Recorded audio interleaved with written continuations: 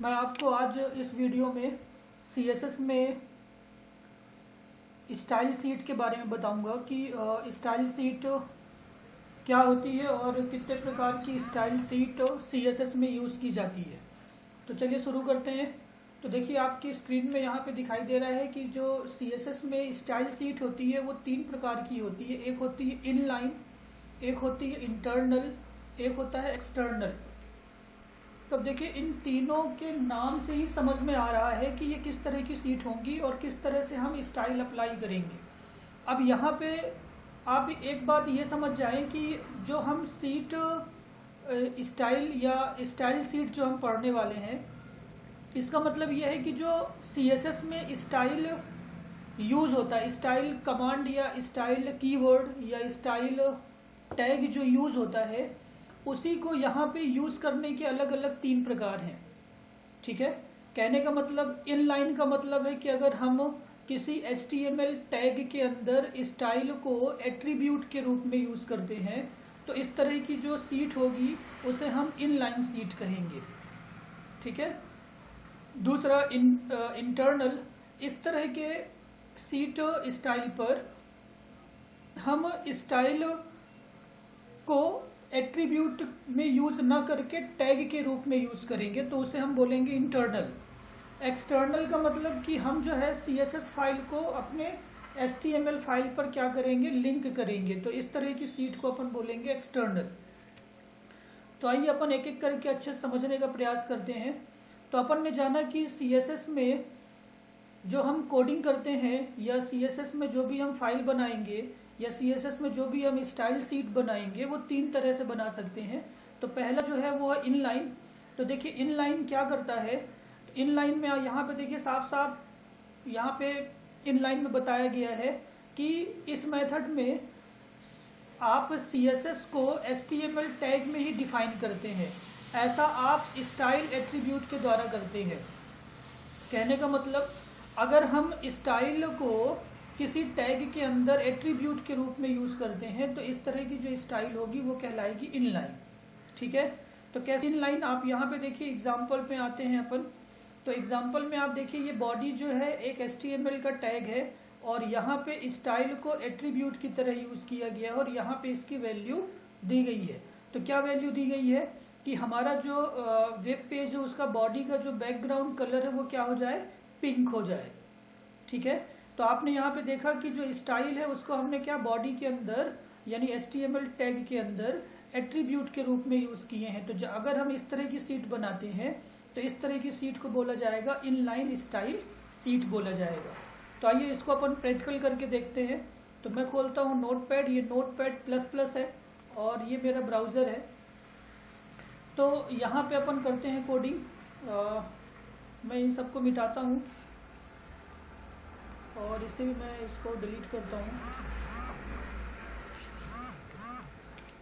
इसे F5 दबाकर page सही करता हूँ। ठीक है, तो चलिए, तो ये हमारा देखिए HTML यूज़ किया हमने, हेड यूज़ किया, टाइटल। ठीक है, और यहाँ पर हम कर देते हैं अब हेड की क्लोजिंग भी कर दिया हमने और ये हमारा चालू हुआ बॉडी। तो जैसा अभी हमने एग्जाम्पल देखा वैसे ही कुछ बना रहे। तो हम यहाँ बॉडी पे अब क्या लिख रहे हैं, अपन स्टाइल को एट्रीब्यूट के रूप में यूज कर रहे हैं। तो ये मैंने स्टाइल लिखा, फिर हमको पता है कि वैल्यू देने के लिए डबल कॉमा लगाते हैं HTML में किसी भी एट्रीब्यूट की। अब मैं यहाँ पे लिखता हूँ क्या, बैकग्राउंड। ठीक है, आप यहाँ पे देखिए जैसा कि हमने यहाँ पे किया था, देखिए हमने लिखा है क्या, स्टाइल। ठीक है, फिर बराबर बैकग्राउंड, हमने मतलब क्या किया, बॉडी टैग के अंदर स्टाइल को यूज किया है। तो ठीक है, वैसे ही हम यहाँ पे कर रहे हैं। तो बैकग्राउंड हमने यहाँ दे दिया कलर, बैकग्राउंड कलर, क्या कलर दे देते हैं, मान लीजिए मैं कलर देता हूँ बॉडी का येलो कलर दे देता हूँ। ये मैंने बॉडी का येलो कलर दे दिया और मैंने इसे डबल कॉमा से बंद कर दिया। ठीक है, तो आपने देखा कि हमने जो है बॉडी टैग के अंदर स्टाइल को एट्रीब्यूट के रूप में यूज किया है। मैं इसे Ctrl+S करता हूँ और अपने ब्राउजर पे आता हूँ और F5 प्रेस करता हूँ। तो देखिए इसका जो बैकग्राउंड कलर है वो क्या हो गया, येलो हो गया। तो ये जो हमने अभी फाइल बनाया, ये जो सीट बनाया, हम इसे किस तरह की सीट बोलेंगे, इनलाइन सीट बोलेंगे। तो आपको ये बात ध्यान रखना है कि इनलाइन में क्या होगा, स्टाइल को किसी टैग के अंदर एट्रीब्यूट के रूप में यूज किया जाएगा। ठीक है, आते हैं अब दूसरे सीट स्टाइल की तरफ। तो जो दूसरा सीट स्टाइल होता है वो होता है इंटरनल सीट स्टाइल। तो इंटरनल सीट स्टाइल पे क्या है, तो देखिए इंटरनल सीट स्टाइल में आप स्टाइल को टैग के अंदर डिफाइन नहीं करते, बल्कि हेड सेक्शन में स्टाइल टैग डिफाइन किया जाता है। ठीक है, मतलब कहने का कि अभी हमने इनलाइन में देखा था कि स्टाइल को जो है टैग के अंदर लिख रहे थे, लेकिन इंटरनल में क्या होगा, हम स्टाइल को टैग के रूप में लिखेंगे हेड सेक्शन के अंदर। ठीक है, तो दोनों में क्या अंतर हमें समझ में आया कि इनलाइन में स्टाइल को एट्रीब्यूट के रूप में लिखा जाता है और इंटरनल सीट स्टाइल में स्टाइल को टैग के रूप में लिखा जाता है। ठीक है, दोनों में ये अंतर है। तो देखते हैं अपन एग्जांपल इसका कैसे यहाँ पे है। तो ये देखिए एक एग्जांपल यहाँ बताया जा रहा, ये हेड है। हमने यहाँ पे हेड की क्लोजिंग नहीं किया क्योंकि हमने हेड के अंदर क्या लिखा है, स्टाइल, और हमने क्या बोला है कि जो बॉडी टैग है उस बॉडी टैग का बैकग्राउंड कलर आप चेंज कर दें, और फिर हमने यहाँ पे स्टाइल को क्लोज कर दिया है। ठीक है, तो ये जो आप देख रहे हैं बॉडी, ये हम इसको क्या बोलेंगे, सेलेक्टर कहेंगे। जैसे कि हमने इसकी पिछली वीडियो में पढ़ा है सेलेक्टर कैसे बनाते हैं। तो सेलेक्टर जो है वो क्या है, किसी HTML टैग का नाम ही होता है। सेलेक्टर का मतलब है कि आप किसे सेलेक्ट करना चाह रहे हैं। तो मैं इस पेज में किस टैग को सेलेक्ट कर रहा हूँ, बॉडी टैग को सेलेक्ट कर रहा, और मैं बोल रहा हूँ कि बॉडी का बैकग्राउंड कलर रेड हो जाए। ठीक है, तो इस तरह की जो सीट स्टाइल है वो हम बोलेंगे इसे इंटरनल सीट स्टाइल। तो आइए इसकी अपन कोडिंग करते हैं और देखते हैं कैसा ये रिजल्ट देता है। तो अब जो है मैं ये बॉडी को यहाँ पे इसको मिटा देता हूँ, क्योंकि मुझे अब स्टाइल को किस रूप में यूज़ करना है, टैग के रूप में, और स्टाइल को टैग के रूप में हमको हेड के अंदर यूज़ करना है। तो हम लिखते हैं क्या, स्टाइल, और किसे हम सेलेक्ट करते हैं, बॉडी को सेलेक्ट करते हैं। हमने बॉडी को सेलेक्ट कर लिया और हम बोलते हैं कि बैकग्राउंड कलर क्या हो जाए, रेड करते हैं। ठीक है, और मैं इसे करता हूँ बंद। फिर इसके बाद हम यहाँ क्लोज करते हैं स्टाइल को। हमने यहाँ पे स्टाइल को क्लोज किया। मैं करता हूँ Ctrl+S, ब्राउजर में आता हूँ और F5 प्रेस करता हूँ। तो देखिए इसका बैकग्राउंड कलर क्या हो गया, रेड हो गया। तो अभी आपने देखा कि अब हमने स्टाइल को टैग के रूप में यूज़ किया है।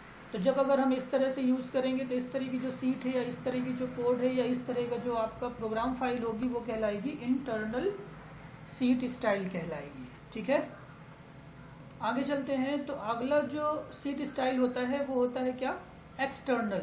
अब एक्सटर्नल देखिए नाम से ही समझ में आ रहा है, एक्सटर्नल मतलब बाहरी।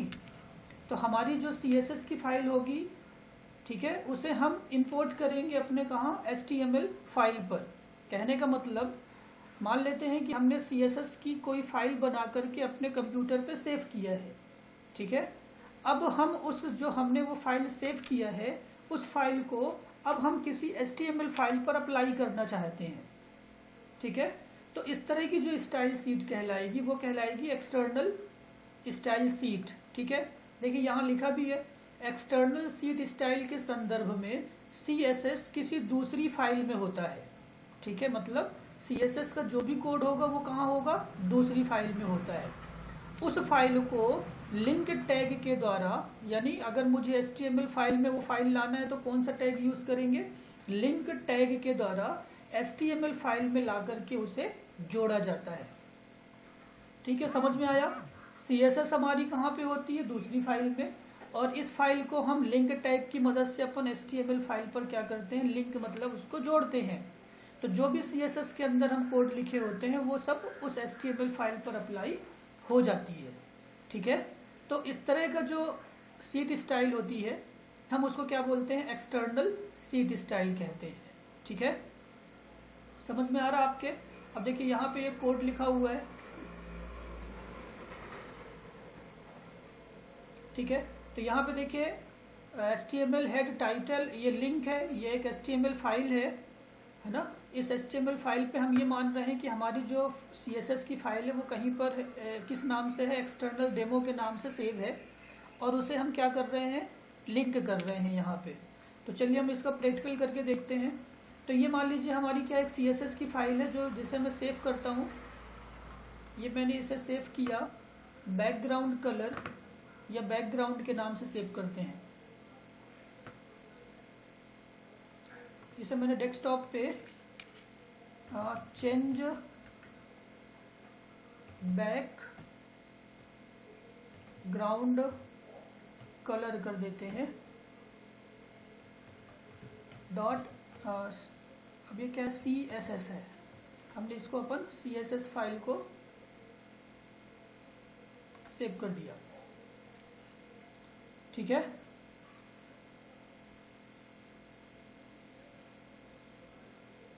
इसे हमने सेव कर दिया। अब जो हमने फाइल सेव किया है मान लेते हैं, तो अब उस फाइल को अगर हमें अपने HTML फाइल पे लिंक करना होगा तो हम जो है एक फिर से HTML फाइल बनाएंगे और उसे href एट्रीब्यूट की मदद से हम उसे अपनी HTML फाइल पर लिंक कर देंगे। तो इस तरह की जो एक्सटर्नल सीट स्टाइल होती हैं, ठीक है, इस तरह की एक्सटर्नल सीट स्टाइल्स का फायदा क्या होता है कि हम एक ही बार हमें CSS की फाइल बनानी पड़ती है और उस फाइल को हम एक से ज़्यादा HTML फाइल पर अप्लाई कर सकते हैं। ठीक है, तो ये था सीट स्टाइल। मैं इसके आगे की वीडियो में और आपको एक्सटर्नल सीट स्टाइल के बारे में बताऊंगा कि वो कैसे काम करता है और किस तरह से हम उसे बनाएंगे। तो आज की वीडियो में इतना ही। अगर आपको ये वीडियो अच्छी लगी हो तो प्लीज़ इसे लाइक करें, सब्सक्राइब करें। धन्यवाद।